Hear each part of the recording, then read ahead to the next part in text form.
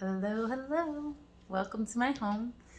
My name is TeMeka Williams, and I'm the creator or Chief Evolution Officer or CEO of Love Inspired Teach E. So, company binder and our seal is around. So, actually, that'll probably show you our name a little bit better so that you know who we are and what we're about. But it's that time of year for me where I share my story. And this is a story in honor of Sexual Assault Awareness Month, April, which is also my birthday month. And also, I want to start off by saying this is a month that drains me because I love my birthday. I love the color teal, which interestingly enough is the color for Sexual Assault Awareness Month. And it's promoted by NSRBC, the National Sexual Violence Resource Center, NSVRC. And also, just so you know, I'm a speaker for RAIN, which is the Rape, Abuse, Incest National Network. I'm available, and there's no charge for that. Like, it's something I just do on my free time. And I've got asked to do certain projects, but the follow-through has been weird on those. But in any case, that's me. My name's TeMeka Williams. Like I said, I'm a proud Duke alumni, so March Madness and NCAA was a little sad for us. But I am on here. Forgive my ums. It's been a minute since I've done a full-length video and talked about my experience. So I'm part of the Me Too movement. I am a survivor. And I was raped when I was in college by someone I knew from high school. He is a preacher's kid. I think his parents still have their church in Aurora. And he's a good friend. You know, we had mutual friends, and I went down to Florida from Duke down to Florida for an HBCU homecoming at that. I wanted to check out FAMU's homecoming, and he drove an Acura stick shift, and I wanted to learn how to drive stick shift. So he had asked me to like a turnabout, or not turnabout, I would ask him. He asked me like homecoming or something, and it was really weird because I feel like I said yes, then he decided to take someone else. It was just weird, but whatever. You know, we were cool. Well, fast forward to college days, and I'm going on to FAMU's campus to come down and visit. First, I went to Miami to visit my girl, and then she was supposed to come up with me, but I think it was like midterms for her. So she's like, I gotta back out, girl, I gotta back out. So I went up because my word is my bond. I said I would be there, I'm gonna be there, even though I was having fun in Miami. So I went to FAMU, and actually 3 of my high school boys were there. So since my girl didn't come, the plan had changed around a little bit. I stayed at my boy's house, and it's been a minute since I've told the story. And I wanted to learn how to drive his stick shift car, so he's like, do shots. Nowhere in my college brain was like, do shots before learning how to drive something, and it didn't make sense. But whatever, I was like, I really want to drive this damn car. So, pardon my French. So I went ahead and did shots, and he did shots too, and he's hanging on the hood of his car. All right. And like that was early on, but it was they were throwing a house party, and so clearly I ended up having too much to drink, and that most of the time I was sleeping on the couch. You know, that particular night he's like, "You can go sleep in my room." Okay. So, needless to say, when he came in the room, he had his intentions and whatnot. But what struck me about the whole situation is I was upset when it happened. Even that next morning, I was like, we are not telling anybody this. We're not talking about this. This is done. But what was most upsetting is my first boyfriend, my first love, my high school boyfriend, like calls me up over the summer and it's like, TeMeka, I'm going to go beat Jay's behind. I'm abbreviating to not pursue whatever because I didn't prosecute, just to wrap that part up. But I'm like, why? What's going on? He's running around telling these lies about you. He's saying he got you drunk. And I was like, what did he say? I was like, oh, we are not talking about this. Don't do anything. Drop it. Leave it. Nope. He did that on purpose, though. Woo! And thank goodness, thank God, like, Drew, I'll call him out by name. Drew had my back, and he was ready to hold it down for me. He and I are still friends. We don't talk that often, but he's got a pure heart. He was ready to hold it down for me. So I am fighting back tears, so bear with me. And I always had this difficulty wrapping my brain around, how could someone I know do this to me? How could that have happened? He really did it on purpose. And even when he called me years later to apologize, it just felt so disingenuous. I mean, I literally was in New York and he's going down an escalator and I'm going up and he's like, Mrs. Williams. And I'm just like, ugh. And I haven't encountered him over the year. We have mutual friends. I was in his best friend from high school, my girl, wedding. We were both in her wedding. And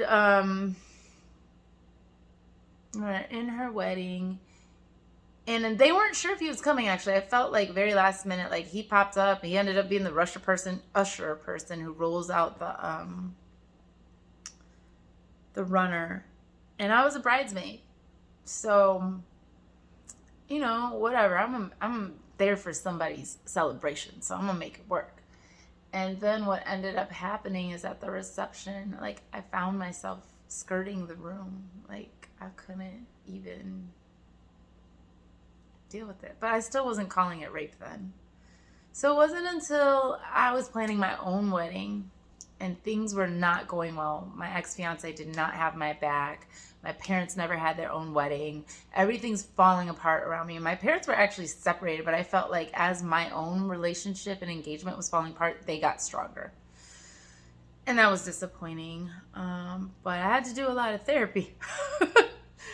So I ended up doing a lot of therapy. And that's when it came out.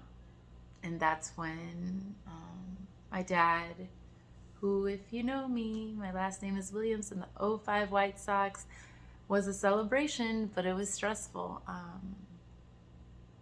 My dad flew in from spring training. He came to family therapy, and I let him have it. I know I let him have it because I was so angry. I said it was a good cry. I held so much stuff inside, pent up, and I yelled at him. I said, you put too much pressure on us. I knew you were going to blame me. I knew it was going to be my fault because whenever something happens to his athletes, it's always the woman's fault. And it was not my fault. And it took a lot. It took a lot to get there. I'm sorry. I need a Kleenex. Trying to find me one. It wasn't my fault. I eventually got to that point, but I recently had a conversation with yet another ex of mine. And his comment to me was, TeMeka, you play the victim role. No. Trying not to say names, but no, you jerk. It's not a victim role. I was a victim, and now I'm a survivor. Give me my due credit. I was hurt. I can cry about this. It's okay to cry. I may not like it, but it is okay to cry, and I've gotten better. You see, I've got it more under control. But one year I went to speak on Northwestern's campus about my experience, and I remember the students there, it was put on by I believe the Asian Student Association or an Asian sorority. I can't recall which one. I'd have to look it up. But they said, how do I support my friend who this has happened to? You just have to listen. You just have to be willing to believe. You just have to be understanding to what happened to them. Just circle back to prosecution. I've gotten that question. I did not prosecute. I don't want to prosecute. I don't want to go through that burden, that trouble. A part of me is protecting my rapist, but I'm also protecting myself. I know he has kids now. They're girls. I did tell his parents and my parents, and everyone didn't know what to do once I said what happened. No one knew what to do. So when I feel like my voice isn't being heard or I'm not being supported, that's part of the pain that's coming from. And even someone in my family got raped a few years back. And I've always said I would not wish this on my worst enemy. I wouldn't. I wouldn't wish it on my worst enemy, and yet someone really close to me and my family was impacted, and I don't want them to understand how horrendous it is. They even contemplated pursuing prosecution. Come to find out, they were raped by a serial rapist. And do you know this serial rapist is not getting any jail time? His plea bargain just has him on some list for life. No jail time. And you wonder why women don't come forward. You wonder why I get animated. You wonder why I'm raising my voice. You wonder why I'm talking with my hands. When my dad was on TV on SportsCenter and early on in his career, they're like, you're like an Italian. You talk with your hands. I'll be Italian. I'm actually Black and Filipino. I'm Blasian. Some people just find me hilarious when I say these things. But these are things about my life and my experience and my pain and my triumph. And I'm just trying to share, because you should be wearing teal today. Teal, to support Sexual Assault Awareness Month. It's near and dear to my heart. For my birthday, I'm fundraising for NSVRC on Facebook through my personal page. And for my birthday, I'm fundraising for RAIN, the Rape, Abuse, Incest National Network. So I've got teal on my nails. It's actually teal eyeshadow. I've got teal here. I think this is teal. It may be more blue, but you'll find teal throughout my home. Please wear teal today. Please believe survivors. Please support us. Please know we need you. We need you to get through and past the trauma, because getting through the trauma is not easy to do. I studied Taekwondo before I even went to college. It's not right. Wrong is wrong, and people need to be aware of that. And I'll wrap up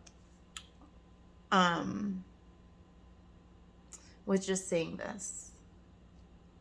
It's okay to love people. It's okay to inspire people. It's okay to teach people. It's okay to evolve, but also give people their space to have their feelings, to express. It's Easter. I'm Catholic. Even Jesus got mad in the temple when he saw people selling in the temple. It's okay to get mad. You just can't hold on to that anger. There's a Buddha quote, something about holding on to anger is like holding on to a lit coal. Don't do it, but give people grace. Allow people space to have their feelings. And if anything, I created a safe space community. It's called Lighters of Love Inspired Teach E. It's on Facebook. It's my Facebook group. Feel free to join. But more importantly, I just want to help.